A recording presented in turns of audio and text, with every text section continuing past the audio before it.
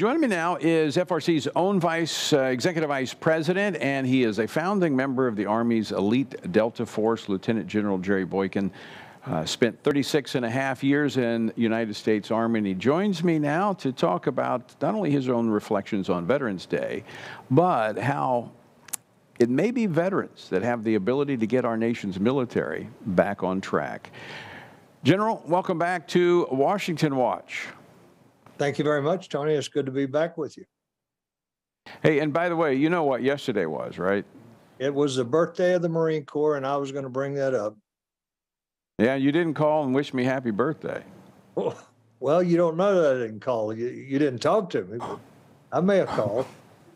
Oh, okay. All right. Well, anyway, let me start by saying thank you for your service to our nation in so many different ways.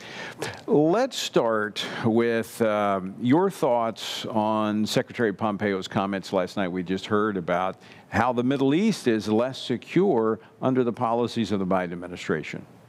I think he's spot on. If we do a very careful assessment of what these accords meant, and the fact that it was a major step towards bringing peace in the Middle East and setting Israel up to actually have allies in the Middle East, which they've never had, then I think that this cannot be underestimated in terms of how important this is today and in the future. And this administration has totally ignored this. I think it is it's inexcusable, and I don't understand why they don't try to move this forward with more nations joining these accords. And so a failure to follow through on that or build on those successes of the Trump administration puts more pressure on our nation's military. Because if you don't have diplomacy in place and you have to rely on your military, you know, we have a problem there too, because our military strength has been depleted. We've been talking about that. We've talked about how the Army in particular, but all the branches, are having difficulty meeting their recruitment goals. As a retired flag officer, you've told me many times that the Army's reaching out to veterans to try to get them to help in their recruitment deficit. Have they not? That is exactly what has occurred. The General Officer Management Office, which manages both retired and active general officers in terms of their careers and so forth, they have sent out an email asking us old guys that have retired, to get involved in trying to help them recruit. Well, I can help them very, very quickly. Just a short conversation with anybody that really wants to know what to do and what's wrong with the military today. I can help them with that. And it has everything to do with what the young soldiers, sailors, airmen, Marines, and Coast Guardsmen are seeing in our military today. And it's not what they signed up for. It's not what they expected. It is all about being woke. It is all about forcing them to take vaccinations that they don't want. It is all about bullying the young men and women that have signed up to serve in the military, bullying them to do things they do not want to do, and wasting their time that should be used to prepare to win the nation's wars. And that if they can just listen to that and take some action on those issues, the recruiting will right itself. Tony, I spent most of today with veterans. I spent most of the day talking to veterans, and I must tell you, it is actually worse than I thought it was. One guy told me, and just in the Special Forces alone, that the young officers are bailing out in record numbers. They are not going to stay and make careers out of the military. What does that mean? It means we're going to wind up with future leaders that are just like those that we're dealing with today at the highest levels, because the good ones are going to leave. Yeah, I actually have a young Special Forces officer that I'm kind of mentoring, and he's telling me the same thing. He's trying to make that decision as to whether or not he stays or he gets out. And you and I have talked about this a number of times, not on the radio, but privately, about what we hear when we travel and we speak, and parents come up to us and say, you know, my son and my daughter is thinking about the military. Should they really join in this environment? And it's becoming harder and harder for me to encourage people to take that course, although I want men and young men and women of faith and conviction to be in our nation's military. I also know that they have to be really prepared for the environment that they're going to be operating in. That's right. And when you and I were in, and by the way, thank you for your service as well. When you and I were in the military, it was a different military. It was much easier to live your faith. There's always been some degree of, harassment of Christians in just about any government service office. But I will tell you, I've never seen anything like what's going on today. I want to go back to something you just said a minute ago, because that's where I wanted to go. When you have the military reaching out to veterans saying, help us recruit and meet our recruitment goals because we're falling woefully short. But have they reached out and said, hey, can you help us maybe find out what it is that is keeping young men and women from joining military service? Is there a possibility that veterans who hear, see, understand what's going on could collectively speak to military leadership and to the administration to show them and speak to them with clarity about why people are not joining the military? I am part of a group of retired generals who have written multiple letters and to the open letters as well as to the leadership of the military and talking about exactly what we see and telling them what we believe will be the right measures that need to be taken to correct what's happening right now. But I'll go back to what you were saying about moms and dads, and I hear it all the time, just like you do. And here's the thing. If we don't have those young men and women with values, those young men and women that bring with them those Judeo-Christian values, then ultimately, over time, what you wind up with is a mercenary army. That is not what we want. It's not what our founding fathers envisioned.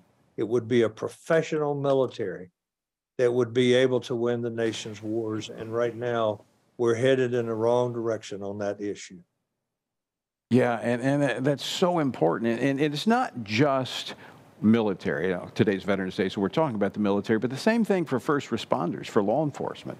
We see the same thing happening today as, we've had this defund the police and this hostility toward law enforcement, and it's driving a lot of good men and women away. And it becomes a very tough environment, dangerous as well. But I believe we have to prepare our children to be able to step into these roles. And I have children who have moved into that realm of law enforcement, and I've had some I've encouraged in the military. But we as parents need to prepare them spiritually to serve in these roles, because you come under attack today domestically in law enforcement for your faith. As you mentioned earlier, anytime you're in government service, there's a hostility toward our faith, and we just have to prepare our children for that. But you are absolutely correct. If we don't have them that are operating with a moral compass, our nation would be in serious trouble. That's exactly right, and you've seen that throughout history where armies get out of control and they do some pretty bad things, and that is the last thing that America needs is for our military to not have that moral compass that you just talked about, because it's ultimately it is going to cost America. But I'll just tell you, I think that the idea of young men and women coming in the military puts a greater burden on the parents today than in my lifetime, to make sure that they understand that there is spiritual warfare anywhere they go. It's not just in the military. Yeah. And in the military is really the test bed for this agenda that would essentially rob us of the founding faith and the founding values in this nation. And if you can drive those out of the military, you can go after every sector of our society. And that's why the military has been under such pressure and has been targeted the way it has. Yeah, that is, General, that's such a good point because, there was a time, in fact, when I was in, to straighten somebody out, you would send them into the military because that would kind of help get them on the right track. Parents today, just as you would send your kid off to a public college, you have to have them on the right track before you send them, or they're going to be misdirected. Same thing with the military. So it really does speak to the role and responsibility of parents. We were just talking about the school board elections. It goes all the way back to where we're talking about worldview. We talk about that a lot on this program, where the worldview of someone is shaped between 13 months and 13 years. And so parents have to, we have to lean in hard given the cultural winds that are blowing against our families, our values, our children, the Christian faith. We got to prepare our kids young, no matter what vocation they might be called to. Yeah, and I will put in a little plug here for Family Research Council. We are reaching out to men through our Stand Courageous conferences, and what we're trying to do is get men to understand their responsibilities towards those children, boys and girls in their home. We're trying to get them to understand what they have to do to prepare them for a life of service to Jesus Christ.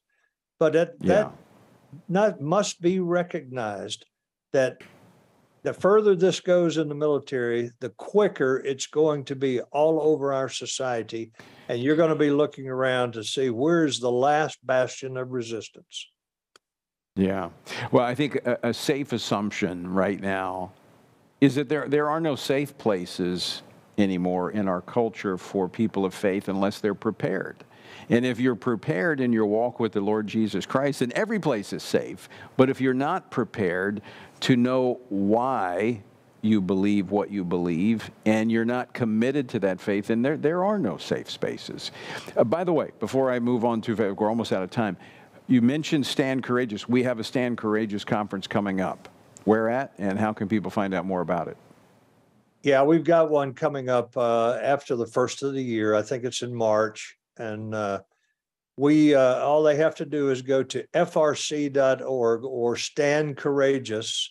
You can do it by just going to Stand Courageous, and it will give you the dates. It will give you who the speakers are, and will tell you a little bit about it. So, and we invite you all over the country to try and get to one of these that comes near you, because we are focused on trying to get the fathers in the home to train their children upright so that when they are older, they will not turn from it. All right, General Jerry Boykin, always great to see you. Thanks so much for joining us on this Friday afternoon. Good to be with you.